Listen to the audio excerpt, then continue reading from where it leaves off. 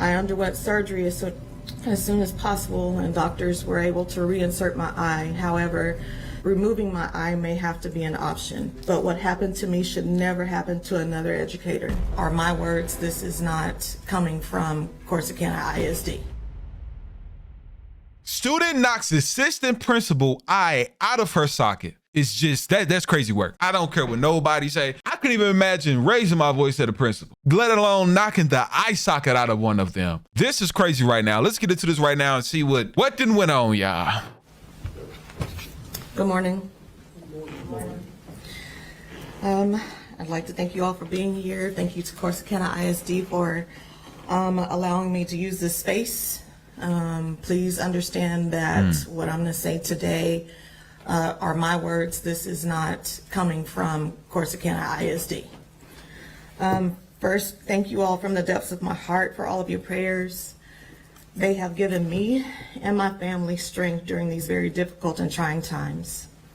Thank you for all the meals, the cards, the ways you have assisted us financially, and everything else you've done.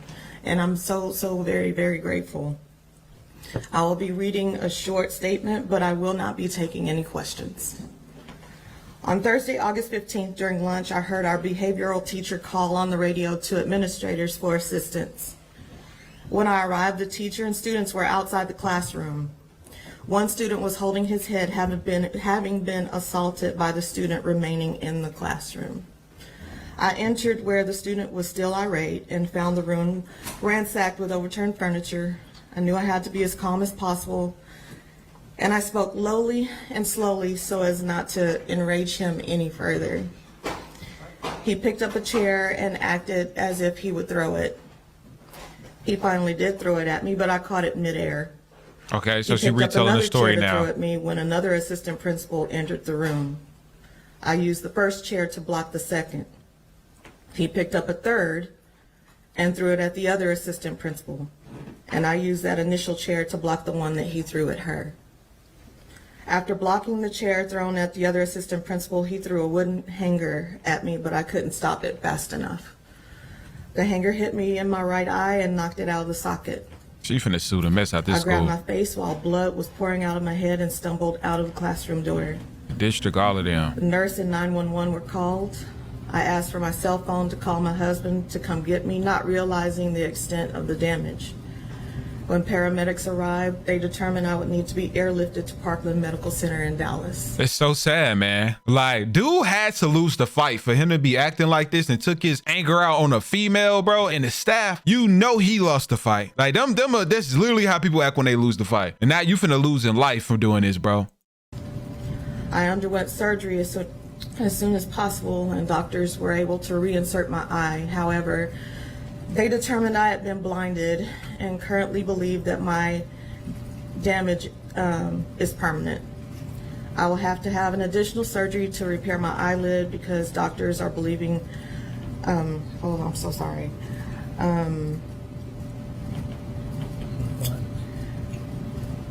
I underwent surgery as soon as possible, and doctors were able to reinsert my eye. However, they determined that I've been blinded, and they currently believe that my damage is permanent. I will have to have an additional surgery to repair my eyelid, and because doctors are believing my blindness to be permanent, removing my eye may have to be an option. I'm still believing God for a miracle for restoration of my sight. Facts. My teaching career began here in Corsicana. This tragedy affected not just my husband, my children, my grandchild, my family, and my friends, but it has also negatively affected my school, my district, and my community. Because of the numerous districts in which my husband and I have worked and the thousands of students I've taught, the impact of my injury, it's far-reaching.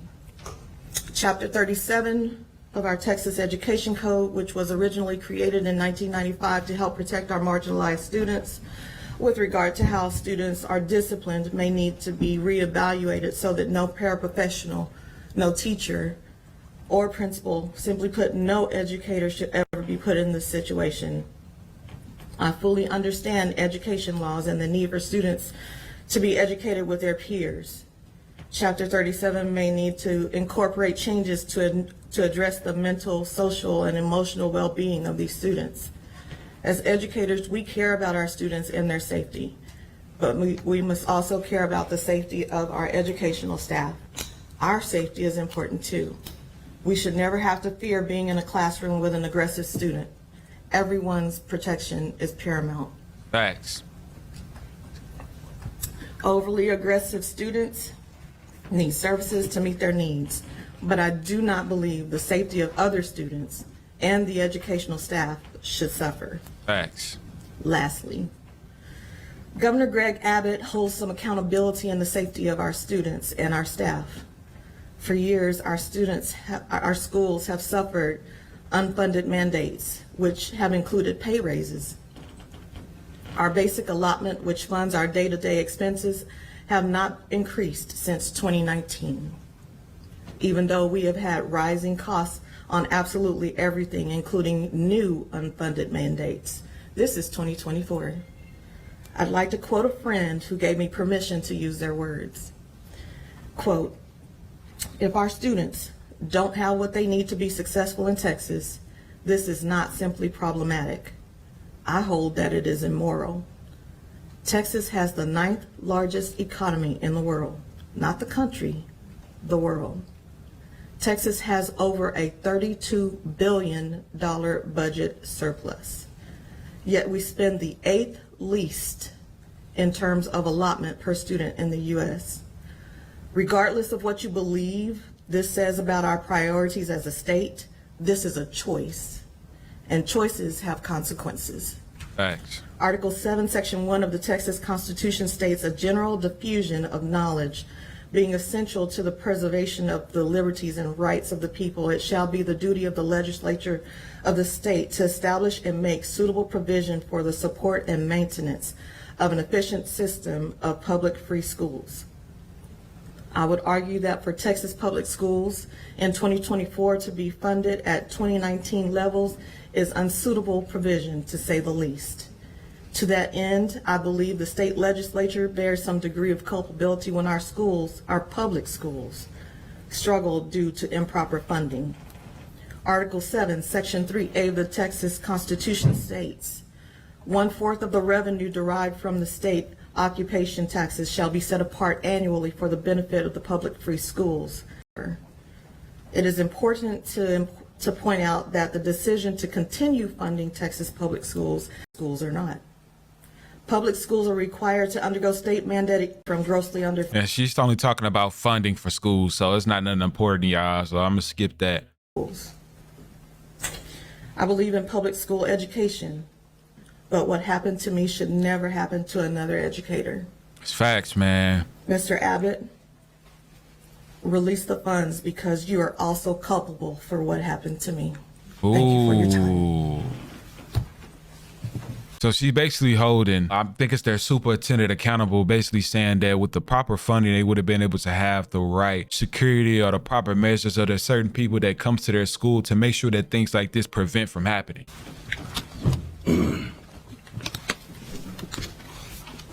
Yeah, she finna sue them. She finna get paid. She should be like 20 mil.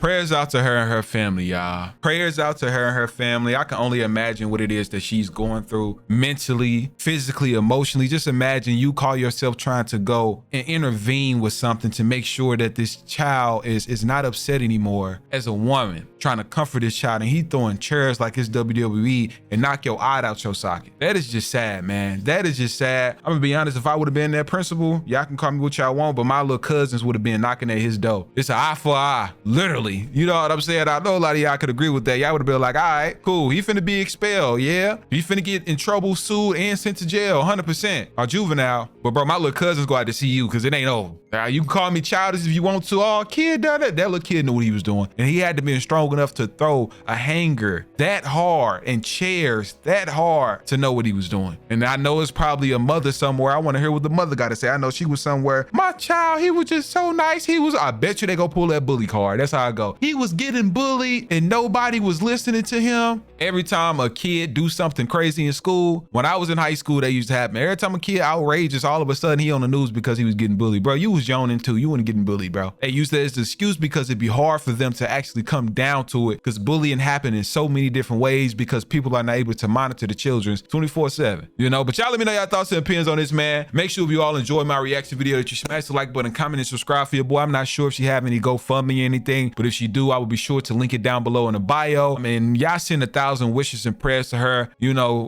God willing, she's able to get her sight back. So just send the love, 1,000 prayers, man. 1 like equals 1,000 prayers, you all. And I see you all tomorrow.